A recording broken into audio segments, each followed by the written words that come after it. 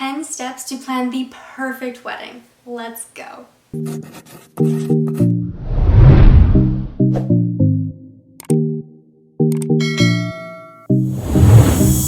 Hey there and welcome to my channel. My name is Jess and I am a wedding planner here in Los Angeles, California.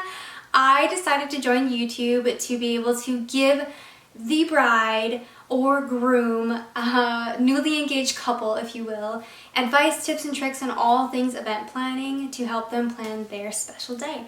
So if you know of somebody who's newly engaged or you're newly engaged, congratulations. I would love for you to click that subscribe button and turn on that notification bell so you're notified each time I upload a new video. All right, let's dive in. Okay, where you should definitely start is talk to your spouse and talk to him or her about the wedding budget.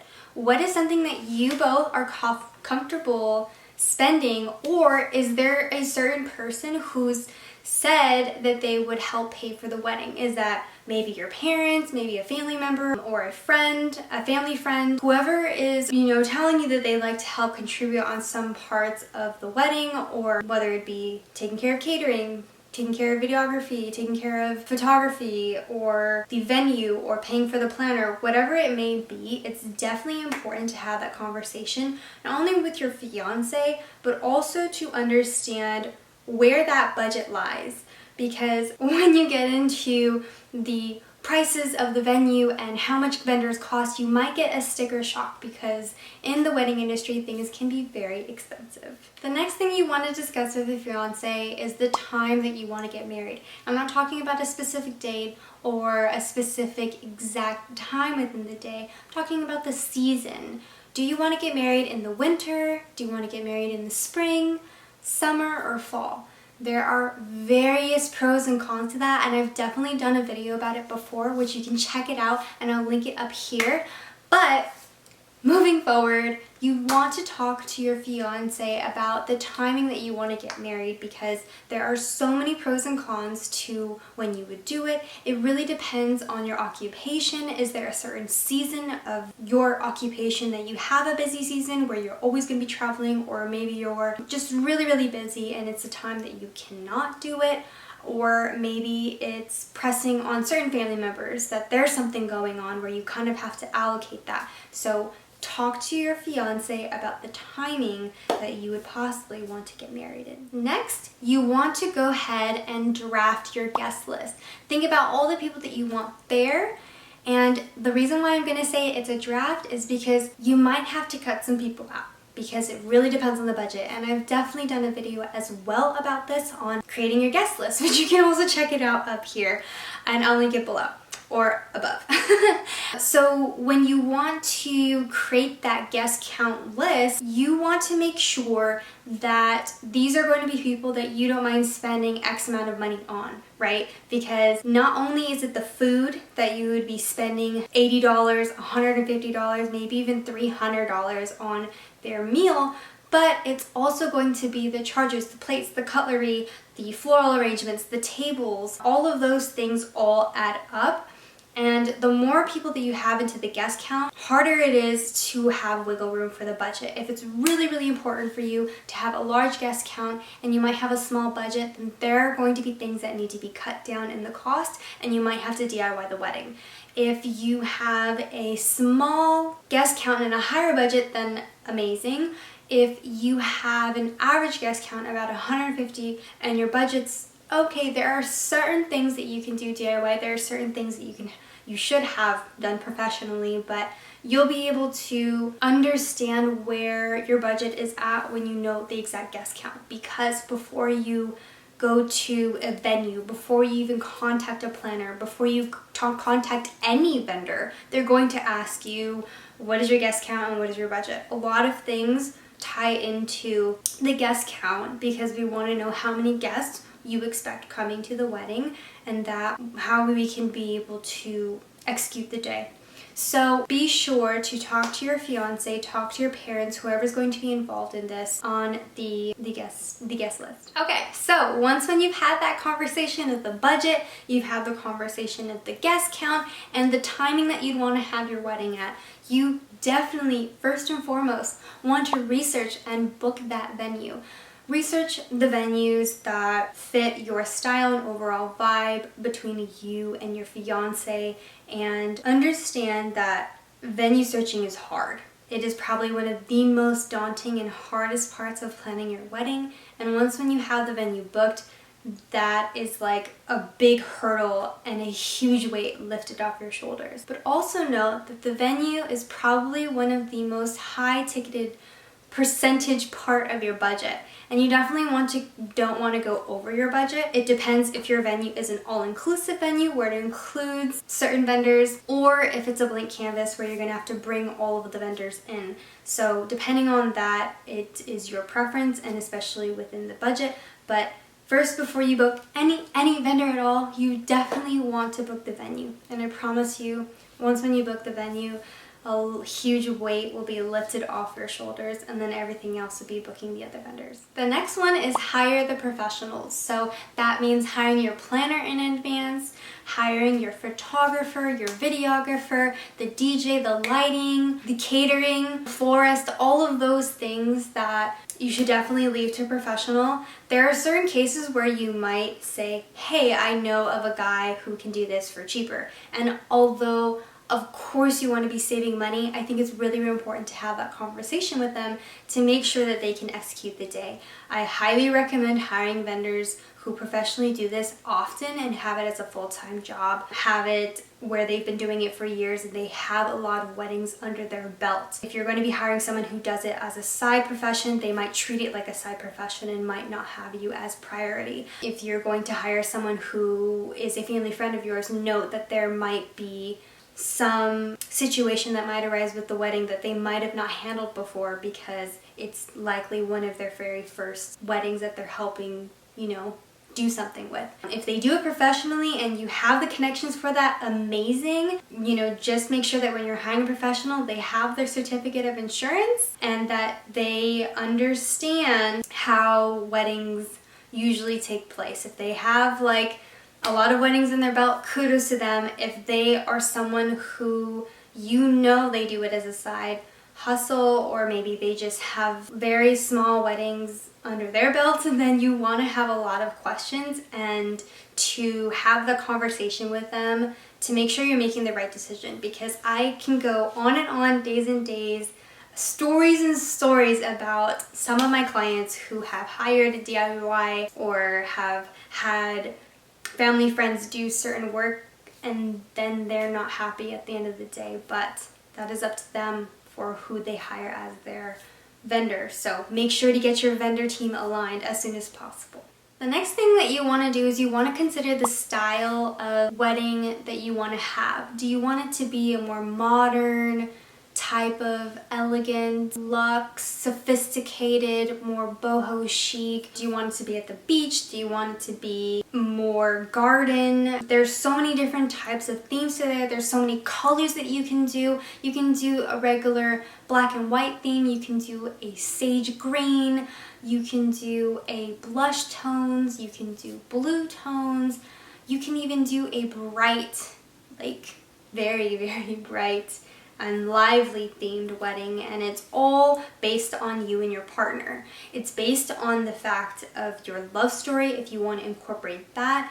It's based on all different variations of what presents you and your fiance and what you want to make your wedding a special day. So I love incorporating love stories into small details such as the cocktail napkins, the seating charts, the menus, the guest book, all different types of things. But in the end of the day, it's your wedding, and so to choose a color palette, to go on Pinterest or Google certain things to make a mood board will definitely help you.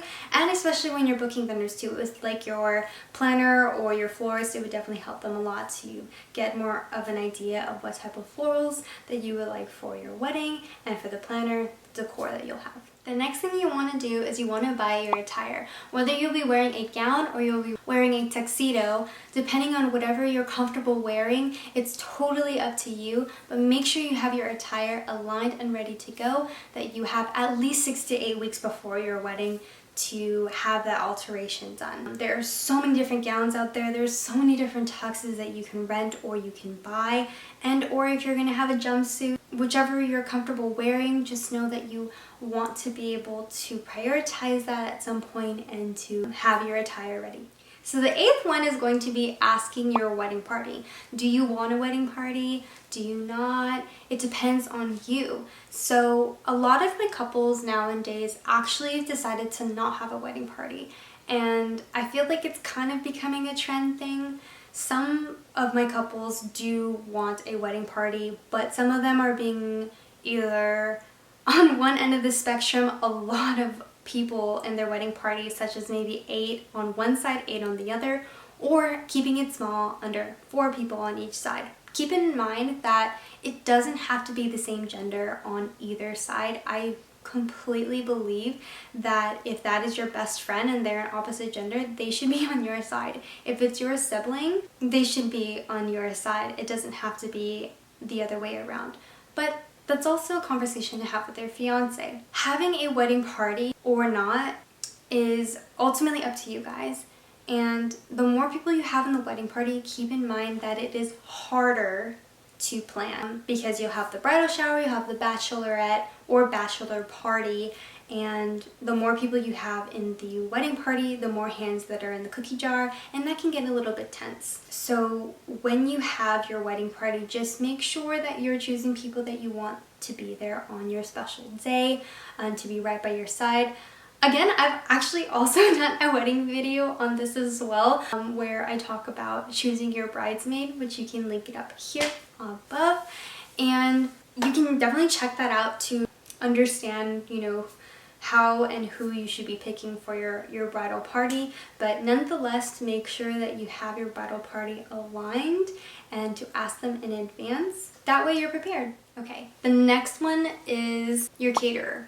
Food. What kind of food are you going to have at your wedding? Food can be very pricey. Alongside with the venue, food and drinks are another part of the budget that can be very pricey. And sometimes with your all-inclusive venue, they do include food and beverage into the package. But if you're having a blank canvas venue, then you would have to find a caterer and bartender separate from that. And I've seen all different variations of weddings, but again, this goes back to what is your guest count and what is your budget. And depending on that, you'll be able to gain an idea of what type of caterer you're going to have. If you culturally need a certain type of food for your wedding, then being sure to Google certain vendors that are able to make those cultural foods, or if you know there's a certain type of food that you want at your venue or your wedding, then be sure to communicate that with the vendor. You can also do also dessert stations and also doing that as well. But you know, before I digress with it, when you're choosing your caterer, you want to make sure there is a food and beverage minimum. Sometimes, in most cases, the caterer does have a food and beverage minimum, which can be a sticker shocker. So prepare yourself. But other times there is no food and beverage minimum. So it all depends on your caterer, but make sure to book the person who will be cooking the food.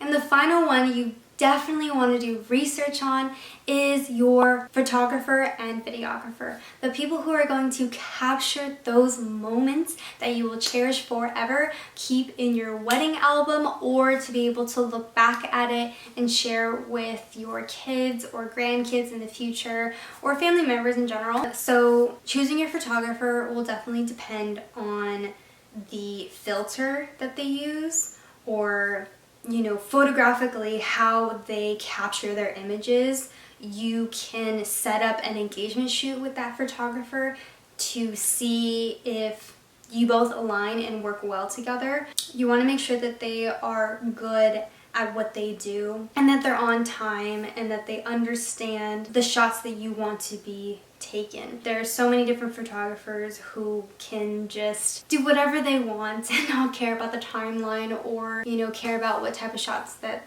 they take, and they'll just keep on shooting. And there are other photographers who are really, really good at what they do. They care about the details, and those are the photographers that you want.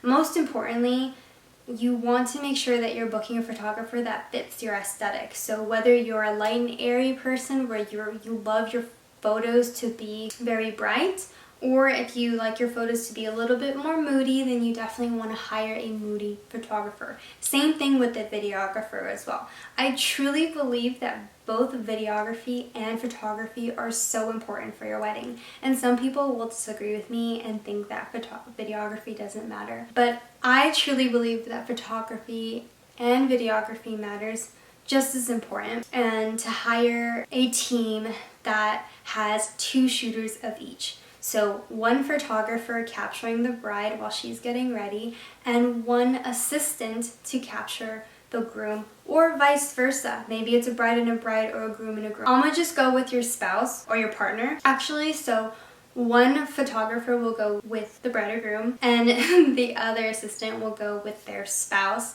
to make sure that they capture the getting ready shots, and that if there are any moving parts, especially if you're having your wedding at a chapel or if you're having your wedding somewhere else than just 1 location, it's very important to have 2 of each, both for photographers and videographers. Trust me, it will make your life so much easier throughout the day. There'll be a less likely chance that the wedding will go late, and that you'll be getting so many images that you will appreciate it and you will love it and it will be amazing. And it's so much better than having just 1 photographer who's trying to juggle all these things, because the wedding day can get crazy.